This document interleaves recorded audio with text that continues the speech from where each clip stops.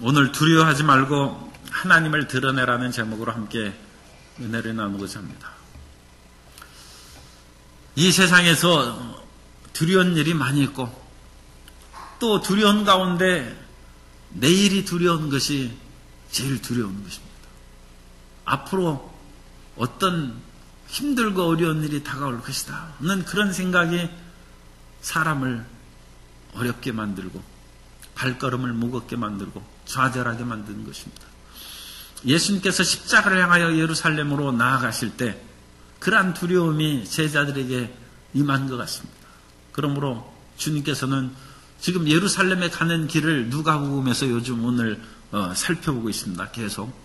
그래서 갈릴리에서 예루살렘으로 가는 길에 제자들 보고 두려워하지 말고 하나님을 믿고 이 세상의 어떤 위기에도 흔들리지 말라는 것입니다. 심지어 죽음을 당하면 죽어도 하나님을 의지하고 영혼은 건드리지 못하는 이 세상의 그런 죽음의 위협에 좌절하지 말라는 것입니다. 그것이 오늘 말씀의 핵심입니다. 우리 옆에 있는 성도님에게 두려워하지 말고 담대합시다.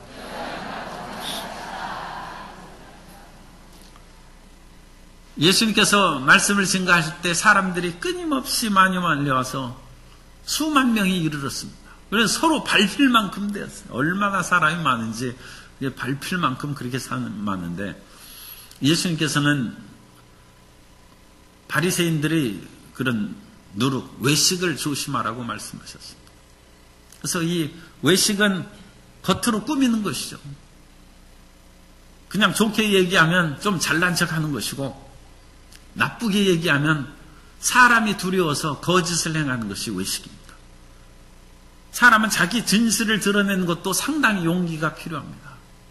어떤 사람이 일부러 거짓말을 하는 것이 아니라 사람이 두려워서 자꾸 그 사람에게 맞추는 말을 하다 보니까 거짓말 투성이 있는 그런 사람들이 있어요. 그러니까 그 사람은 본래 거짓말쟁이가 아닌데 사람을 너무 신경을 쓰는, 사람을 너무 두려워하는 거예요. 그 사람이 이 말을 듣고 나한테 화를 내면 어떡할까? 너 거짓말을 하는 것입니다. 그 사람이 싫은 빛을 내는 그것도 마음에 짐이 되고 부담이 되어서 싫은 소리를 안 하는 거예요. 그런데 그것은 결과적으로는 거짓을 말하는 것입니다. 바리새인들은 종교적인 그런 형식과 의식을 지킴으로써 사람들 앞에 자기가 열심으로 하나님을 믿는 사람인 척 드러내는 위선을 행하고 그것이 외식이죠. 그런데 그 이면에는 너무 사람을 대단하게 여기고 신경을 쓴다는 것입니다. 위선을 떨지 말라는 것입니다. 사람이 위선으로 행하는 모든 것들은 다 드러나기 마련이라는 것입니다. 2절에 보면 감추인 것이 드러나지 않을 것이 없고 숨긴 것이 알려지지 않을 것이 없나니 모든 것은 시간이 지나가면 드러나기 마련인 것입니다. 그런데 세상에 두려움이 없는 사람이 조금 있어요. 비행기 대표들이 두려움이 없는 것 같아요. 그래가지고 나는 또 그렇게 우리나라 이름이 있는 그 항공회사는 그렇게 이름도 붙이고 그래서 두려움이 없는 줄 알았더니 또 우리 이쪽에 자주 오는 항공사도 두려움이 없어요. 그래가지고 그 사람들은 하늘을 날아다니는 비행기를 소유하고 있기 때문에 아마 두려움이 없는가 보다. 그래서 사람을 무시하고 기내식에 문제를 생기고 온갖 그런 것들을 자기가 실어나르고 그래서 또 어떤 대표는 무슨 밀수 혐의라든지 세금 포탈 혐의로 조사를 받고 그래서 그 두려워 하늘을 날아고 하늘을 그러니까 제공권을 가진 것이죠. 공중을 휘어잡고 있으니까 그런 두려움이 없는 것 같아요. 그런데 주위에서 두려움을 빼는 그 유전인자 있지 않습니까? 그 유전인자에서 두려움을 주는 듯한 그 부분의 인자를 잘라내서 봉합해서 쥐를 탄생시켰어요. 그러니까 그 쥐가 태어났어요. 두려움이 없어요. 그래가지고 개나 고양이나 두려워하지 않아요. 그리고 난간이나 이런 꼭대기로 올라갔는데 두려워하지 않고 그래서 결국 떨어져 죽었어요. 두려움이라는 것은 생명을 보호하는 길입니다. 적절한 두려움이 있어야지 아무 두려움이 없는데 그 두려움이 없을 만큼 쥐가 강한 존재입니까? 쥐보다 강한 그런 존재가 얼마나 많고 쥐가 아무리 날렵하다 할지라도 날개가 있습니까? 자기가 무슨 실력이 있어요. 그러니까 잡혀 죽고 떨어져 죽는 것입니다. 그런데 두려워할 것을 두려워하는 것은 바른 정신을 가진 것인데 두려워하지 않을 것을 너무 두려워해서는 제대로 이 세상을 살아갈 수 없고 더군다나 크리스찬들이 세상을 두려워하면 하나님의 자녀로서 크리스찬으로서 제대로 못 살아간다는 것입니다. 그러니까 예수님께서는 두려워하지 말라는 거예요.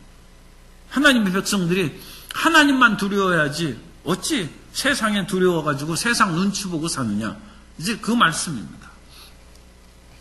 이 세상에서 비밀이 말한 모든 것들도 이제 항상 드러나기 마련인 그 감추인 것이 드러나지 않을 것이 없다. 그래서 그렇게 사람들을 갑질하고 잘못 얘기한 것도 이제 다 드러나지만 그런 감추인 것이 우리를 괴롭게 하고 두렵게 할지라도 때가 되면 그것이 밝혀지고 지금 이제 그런 것들이 조금씩 밝혀지는 시대가 됐습니다만 사실은 밝혀지지 않은 것들이 더 많이 있을 수도 있어요. 그런데 감추인 것은 언젠가는 드러나게 되어 있습니다. 그러니까 모야무지라는 그런 고사성어가 있는데 깊은 밤중이므로 아무도 모른다. 한밤중에 보는 사람이 없다. 그게 모야무지입니다. 그래서 한밤중이므로 보는 사람이 없다. 어떤 벼슬아치가 그 지역을 관할하는 큰 벼슬아치가 부임해 오자 뇌물을 들고 찾아갔어요. 그래서 이권 청탁을 합니다. 그러면서 깊은 밤중이라 아무도 보는 사람이 없습니다. 그러자 그 새로 부임한 그 벼슬아치가 그 사람을 꾸짖으면서 하늘이 보고 땅이 보고 당신이 보고 내가 보고 귀신이 알고 있는데 어찌 보는 옛날에는 귀신이라는 것이 꼭 나쁜 의미가 있어요. 그러니까 신이 본다는 것이죠. 신이 알고 있는데 어찌 보는 사람이 없다고 하느냐. 모든 것은 드러나기 마련이다. 그런데 모든 것이 드러나는데 그 드러나는 것이 시간이 좀 걸릴 수가 있어요. 사람이 선을 행하는데도 시간이 걸리고 악을 행하는 것도 열매를 거두는 데는 시간이 걸립니다. 그러므로 사람들이 선을 행할 때 낙심하는 경우가 있는데 그러면 그렇지 않죠. 복숭아 나무를 심었는데 그 복숭아 나무가 열매를 맺기에는 3년, 4년 일정한 시간이 지나야 먹을 만한 복숭아 열매를 맺는 것이죠.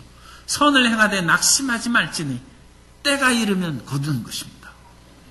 그런데 악도 마찬가지입니다.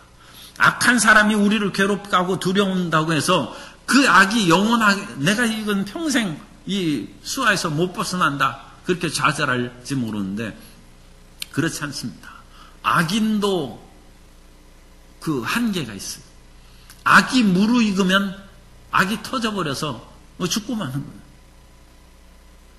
그러니까 악이 무르익을 때까지 그것을 당하거나 그런 일이 이제 없기를 바랍니다만 혹시 눌리는 그런 것이 또 끝까지 참고 기도하고 인내로서 나아가면 악의 임계점에 이르면 악이 터져버려요. 악이 악인을 죽일 것이라. 그래서 악한 사람을 없애려면 얼마나 우리가 더 악독해져야 됩니까? 배나 더 악독해져야 악인을 물리칠 수 있는데 그러다 보면 우리가 악한 사람이 되는 거예요. 그러므로 원수를 우리가 직접 갚지 말고 하나님께 맡기라는 거예요. 그러면 하나님께서 언제 갚아주시냐? 악이 무르익으면, 악이 관영하면 하나님께서 심판하십니다. 그래서 감추인 것이 드러나지 않을 것이 없어요. 선한 것도 드러나기 마련이고 악한 것도 드러나기 마련입니다. 그러므로 우리는 끝까지 믿음으로 살아가는 사람이고 항상 선한 마음을 갖고 살아가야 되고 악이 달려붙어서 우리를 악으로 오염시키려고 그럽니다. 너 악한 마음을 가지면 너를 괴롭힌 원수를 물리칠 수 있다. 그 마귀가 그것을 속살되고 참소하는 것이죠. 그러나 그렇게 해서 원수를 갚는다 할지라도 우리는 악인으로 변해버린 거예요. 그게 이제 마귀가 노리는 거예요. 그래서 악한 사람은 악으로 인하여 그 멸망받고 또 한 사람이 악인이 만들어지는 것이고 또 그 사람을로 인해서 또 그 죽은 또는 그 어려움을 당한 사람이 또 악한 마음을 가지면 또 그 사람이 더 큰 악을 가지고 또 복수하려고 들어요. 그럼 악이 악을 부르는 것이죠. 그래서 온 세상을 악으로 만드는 거예요. 그게 마귀의 계략이죠. 그럼 우리는 악에 대해서 하나님께 맡기고 주님의 손길을 기다리면 곪은 것이 무르익으면 그게 터지지 그게 그대로 있지 않습니까? 그러므로 숨은 것은 드러나기 마련이다. 그래서 우리는 긍정적이고 좋은 면으로는 선을 우리가 행하면 아무도 나를 알아주는 사람이 없다. 어찌 그런 생각을 합니까? 하나님이 아시고 나도 아는 자기 선을 행하는 자기 자신도 아는데 어찌 아무도 모릅니까? 그 선이 무르익어야 돼요. 무르익어야 먹을 만한 과일이 되죠. 무르익지 않은 수박 쪼개봤자 그건 무만 또 못해. 그거 어찌 먹겠습니까? 그러니까 무르익도록 그 기다려야죠. 수박도 기다려야 되는데 하물며 인생의 선행이겠습니까? 악도 기다리면 악이 파멸된다. 하나님께서 삶과 죽음을 주관하신다. 4절부터 7절까지는 4절에 보면 내가 내 친구 너희에게 말하노니 요한복음 15장 14절에는 너희는 내가 명하는 대로 행하면 곧 나의 친구라. 그래서 예수님의 말씀대로 행하면 나의 친구라고 그렇게 얘기했습니다. 그런데 이 누가복음에서는 곧바로 예수님께서 제자들에게 내가 내 친구 너희에게 말하노니 이 배경을 우리가 알아야 돼. 내가 내 친구 너희에게 말하노니 우리가 다른 사람하고 비밀 얘기를 할 때 얘기하지 않습니까? 내가 친구니까 얘기하는데 그 말에 얘기해. 친구 아니면 얘기 안 해. 그런데 이제 그것도 또 세상 사람들은 속여 먹으려고 내가 친구니까 사기하는데 저 땅 사라든지 그래가지고 샀다 가는 거 돌짝밭에서 못 써먹는 것이죠. 그런데 우리가 정말로 신실한 사람 같으면 내가 친구니까 말한다. 다른 사람한테는 얘기 안 한다. 그러니까 그것은 믿을 만한 것이고 진실을 말한다는 의미입니다.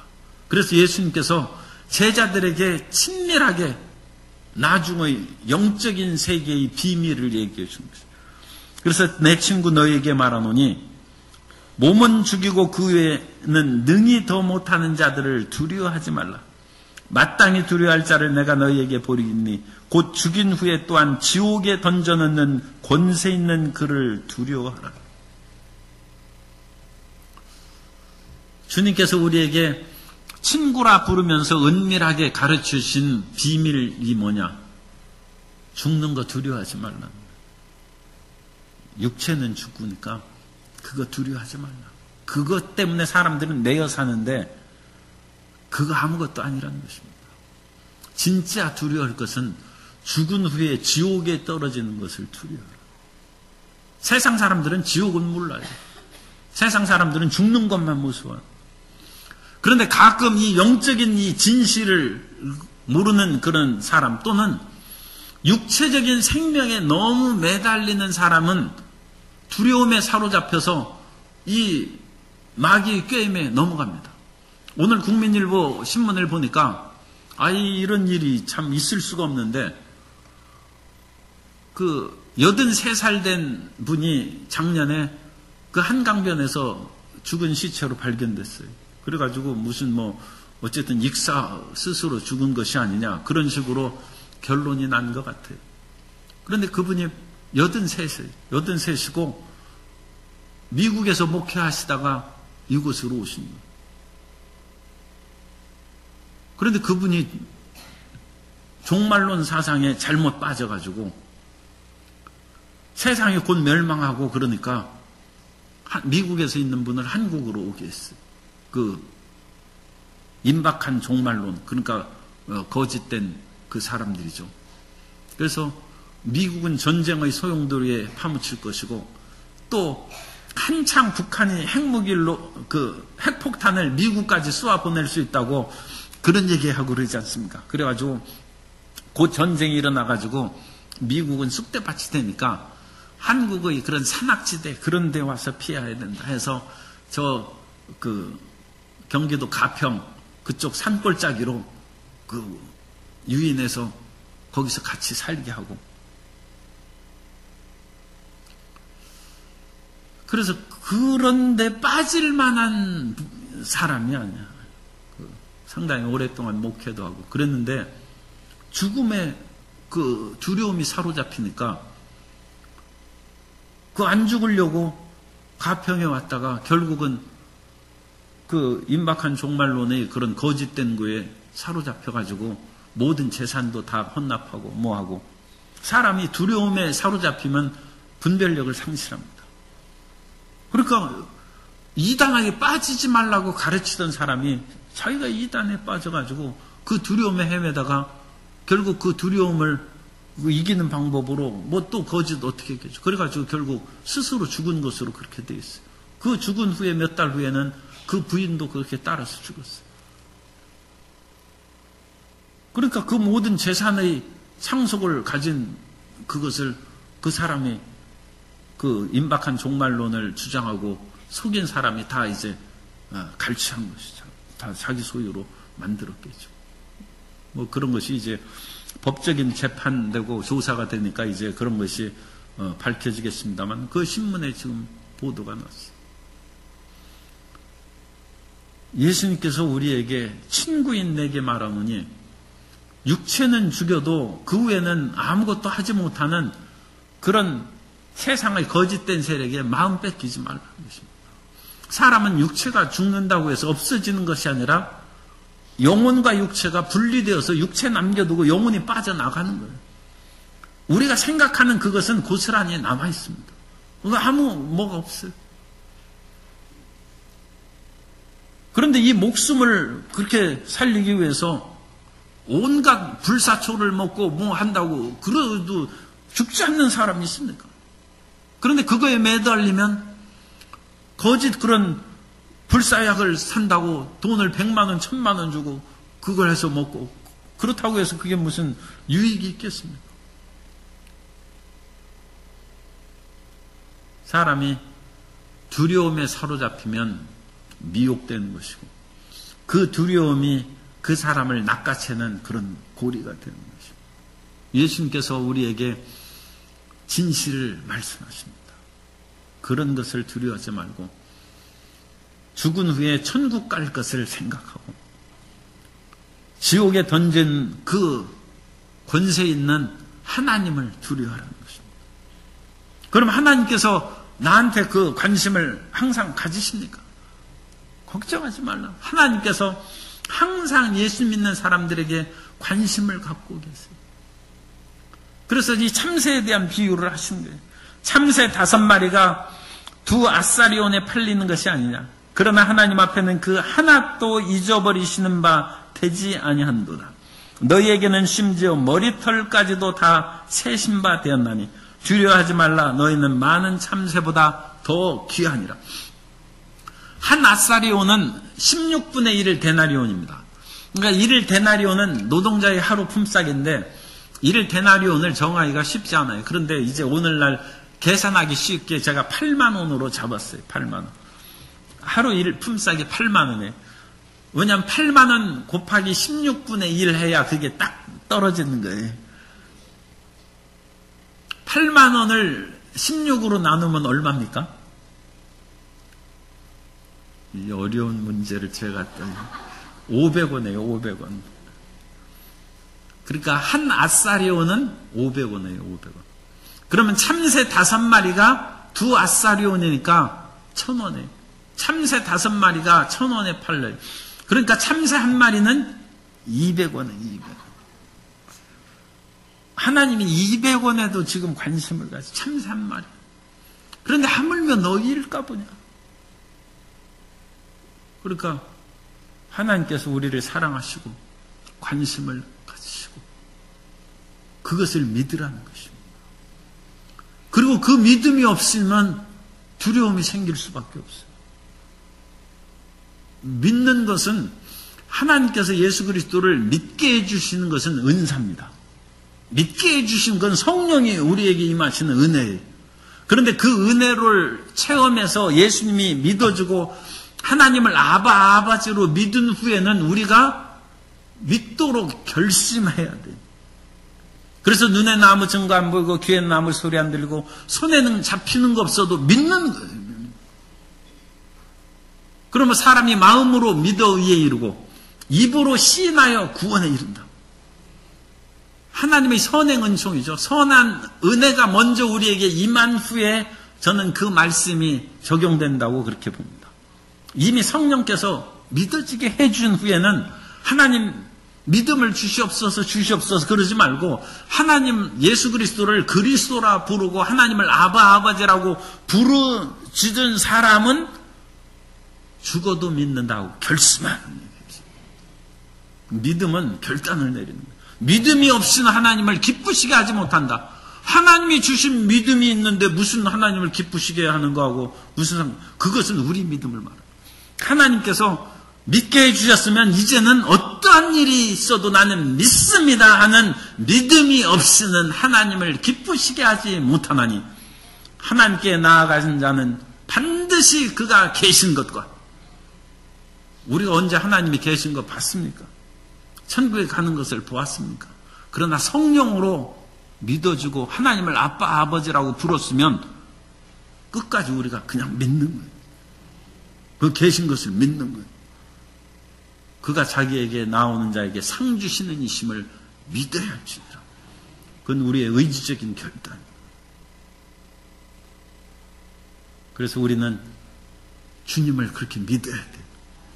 주님께서 나를 눈동자같이 지켜 보호하시고 머리털까지 헤아리심 받고 나의 일거수일투족을 다 살피시고 나의 생사와 복을 지키신 것을 믿어야 돼요.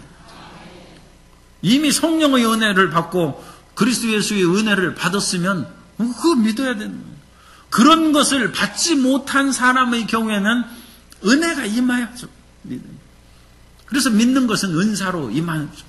그러나 그것을 믿은 후에는 떨지 말고 그렇게 살아야지 계속 하나님 믿음을 주시옵소서. 아니 믿음 줬는데 무슨 믿음을 또 달라고 그래요. 그 믿음을 자기가 지키고 지킬 만한 것보다 내 마음을 지키라. 생명의 근원이 이에서 남이니라. 그리고 그 믿음이 마귀에게 뺏기지 않는 그 길은 예수님을 시인하고 항상 성령 충만한 것입니다. 그래서 그 다음에 나오는 게 내가 또한 너희에게 말하노니 누구든지 사람 앞에서 나를 시인하면 인자도 하나님의 사자들 앞에서 그를 시인할 것이요 사람들 앞에서 나를 부인한 자는 하나님의 사자들 앞에서 부인을 당하리라. 믿음을 가진 사람이 예수 그리스도의 이름을 드러내기를 꺼려하고 두려워하면 있는 것 같이 빼앗는 하나님이 주신 그 믿음을 마귀가 와서 그 길가에 떨어진 씨앗처럼 그 쪼아먹고 그걸 상실해버리는 것입니다. 그 우리는 언제 어디서나 예수님을 시인하는 우리가 예수님을 시인하지 않는 것은 그 예수님을 분위기상으로 부끄러워하면 옛날에는 그렇게 시골에서 그 서울로 학교를 보내면 그 아버지가 그야말로 무지렁이고 농사꾼이죠. 그러니까 그 아들 공부하러 가서 이렇게 보면 아들이 아버지를 시인을 안 해. 우리 집 머슴이라고 그렇게 얘기하고 아버지를 시인을 안 해. 사람이 부끄러우면 그렇게 시인을 안 하죠. 그런데 예수님 믿는 것이 부끄러운 시대는 아니지 않습니까? 옛날에는 예수님을 믿는 것이 그렇게 부끄럽고 어려운 시대들이 많이 있었어요. 오늘날에도 그런 핍박받는 나라에서는 그런 그 분위기가 있습니다. 그러나 우리 한국 사회에서는 이제 그런 일은 없어요. 몇십 년 전만 해도 그 식사기도 할 때 그 밥그릇을 빼앗고 그런 일이 있어서 그때 가르쳐준 비결은 왜 눈 감고 기도하냐? 눈 뜨고 기도해서 누가 빼앗아가는 것을 못하도록 지켜야지. 왜 식사 기도를 꼭 눈 감고 하라는 법이 어디 있어요? 그리고 눈 감지 않으면 밥그릇을 붙잡고 눈 감고 기도하면 되는 것이지, 밥그릇을 왜 꼭 놓고 이렇게 할 필요 뭐 있어요? 밥그릇을 안 껴안고 이렇게 기도하면 더 따뜻하고 은혜로운 것이죠. 그래서 예수님을 시인하는 것이 믿음을 지키는 것이고, 예수님을 항상 시인하면 그러니까 세상에 대한 두려움이 없는 것이죠. 그런데 그것을 한번 뒤로 물리면 자꾸 예수님 믿는 것을 숨기고 피하다 보면 점점 두려움이 커지는 것이고, 점점 사람이 커 보이는 것이고, 세상이 크게 더 위협적으로 다가오는 것입니다. 그래서 우리는 어떠한 일이 있어도 예수님을 시인하는 삶을 살면 세상의 두려움을 이길 수 있고, 죽음의 두려움도 이길 수 있고, 담대하게 살아나는 것입니다. 우리가 천국이 있다고 그렇게 믿으면서도 실질적인 삶에서는 그런 믿음이 없는 것처럼 행동하면 되지 않습니다. 그래서 우리는 하나님께서 주신 천수를 건강하게 살아갈 수 있도록 그건 힘써야 돼요. 그래서 항상 좋은 음식 먹고 건강하게 운동도 하고 열심히 살고 그래야 되지만, 1000명이 끝나면 그렇게 갈 준비해야지. 그 두려워하고 그러면. 옛날에 우리나라의 훌륭한 선비들은 그 당시 예수님 믿는 시대도 아닌데도 불구하고 그러니까 참 우리나라 선비들이 그 훌륭한 거예요. 자기가 죽을 때가 되면 안다는 거예요. 그래가지고 죽기 전에 일주일 전에는 그냥 곡기를 스스로 끊는 거예요. 그 선비가. 그리고 깨끗하게 악착같이 닝게를 꼽아달라고 뭐 그런 거 안 해요. 스스로 곡기를 끊어요. 그리고 마지막 유언을 하고 그렇게 깨끗하게 가는 그런 선비들의 얘기 우리 많이 있지 않습니까? 아니 예수님 안 믿는 그런 선비들도 그랬는데, 하물며 예수님 믿는 사람이 지금 예수님께 나아가는데 그렇게 죽기를 두려워하고 발버둥 치고 예수님께 안 간다고 발버둥 치는 거나 비슷한 것이죠. 그런 부끄러운 일이 어디 있어요? 그거 있을 수가 없는 것이죠. 그러므로 항상 예수님을 시인하는 그런 담대함을 가져야 돼요. 그리고 그와 같은 힘을 주시는 분은 결국은 성령님이십니다. 우리의 마음의 의지적인 그런 결단을 내리는 것도 중요하지만 우리의 의지는 연약하고, 베드로처럼 여러 가지 위협이 다가오면 예수님을 부인하고 그와 같이 잘못을 행하고 그러지 않습니까?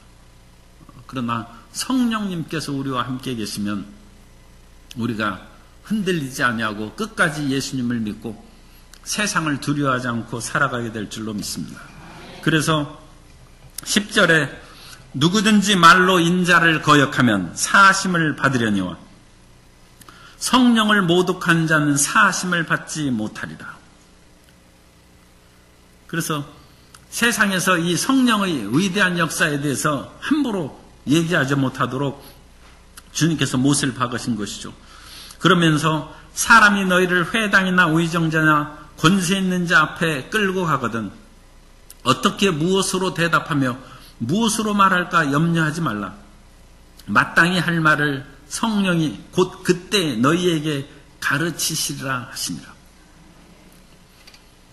베드로가 성령의 충만함을 받지 못했을 때는 그 대제사장 집에 있는 하속들이 말을 할 때도 그냥 죽기를 무서워해가지고 이 붙잡혀서 예수님 채찍에 맞으시고 고난당하고 모욕당하는 것을 보니까 이 베드로가 그렇지 않을 사람 같은데도 어찌나 이 속에 간이 작은지 그렇게 덜덜 떨고 나 예수님 모른다고 그렇게 얘기했는데, 오순절이 성령 충만함을 받은 베드로가 이제 뛰쳐나와가지고 담대하게 그리스도 예수를 증거할 뿐만 아니라 그 다음에 일어난 사건이 성전 미문에 걷지 못한 사람을 예수 이름으로 일으켰지 않습니까?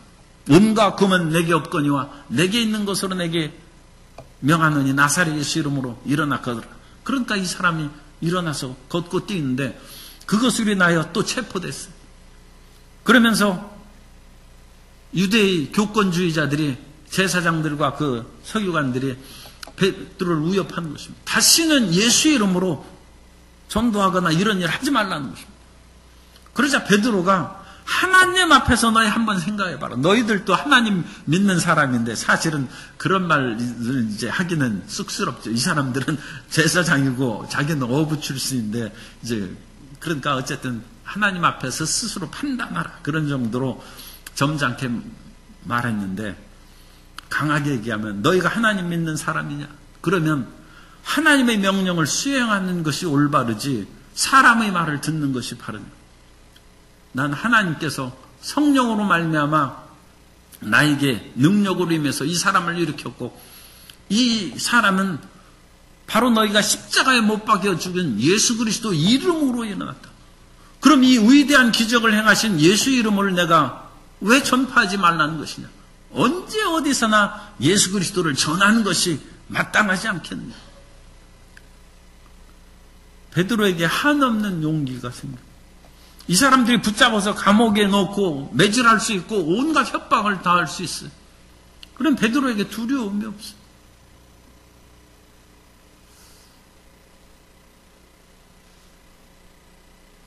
엊그제 신문에 보니까 또 무전 취식하고 행패 부린 전과 62범이 또 나오자마자 그 일을 행해서 또 잡혀갔다고 신문에 났더라고요.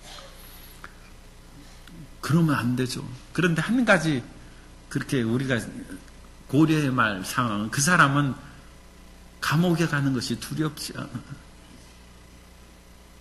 그러니까 아무 신경 안 쓰고 또 그렇게 해서 내가 전과 62번인데 그까짓 게 두려운 거 없다.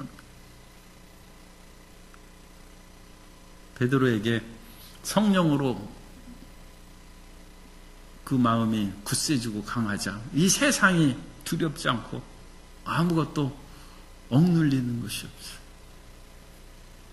그리고 베드로가 그와 같이 기탄 없이 말하는 것을 보고 본래 학문이 없는 사람으로 알았다가 그 말하는 것이 너무 놀랐거든요. 이 성령님이 주시는 거예요.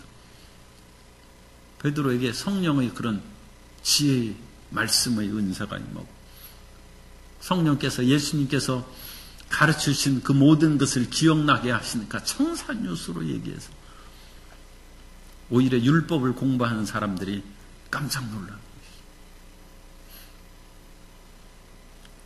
결론적인 말씀은 세상을 너무 두려워하지 말라는 것입니다. 예수님을 믿은 사람은 가장 위대한 사람하고 동행하는 사람입니다. 가장 무서운 분하고 친구인 거예요. 가장 무섭고 두려운 분하고 함께 다니는데 세상의 그런 그 두려움이나 작은 그런 것들은 시시한 것이죠. 지금 호랑이를 타고 다니는데 그 늑대나 이 일이 승냥이가 온다고 해서 두려워하겠어요? 아니, 내가 지금 호랑이를 타고 다니는데 그런 것들이 두렵겠습니까? 그런데 호랑이를 타고 안 다니고 다니다 보면 늑대도 무섭고 이리도 무섭고 온갖 그런 것들이 두렵고 그렇죠. 그런데 하나님과 함께 거하시면 진정 두려워할 분은 하나님 한 분밖에 없으십니다. 이 세상에서 이 생사화복을 주관하시고 죽은 후에도 지옥에 넣고 살리는 그 모든 일을 행하신 분은 하나님이신데 그 하나님을 예수 그리스도로 말미암아 우리가 믿었는데 세상의 잡된 두려움이 우리에게 무슨 영향을 끼치겠습니까? 그런 굳세고 강한 담대한 마음으로 이 세상을 좀 편안하게 사시기 바랍니다. 너무 떨고 걱정할 거 없어요. 이미 우리에게는 천국의 집도 예비됐고 언제 어디서나 성령님께서 우리와 함께 계시고 우리는 죽어도 사는 사람입니다. 하나님께서 그 아들을 주셨는데 그 무엇을 주시지 않겠습니까? 그런 믿음의 담대함으로 평안함과 강하고 힘있는 인생을 살게 되시기를 예수님 이름으로 축원합니다.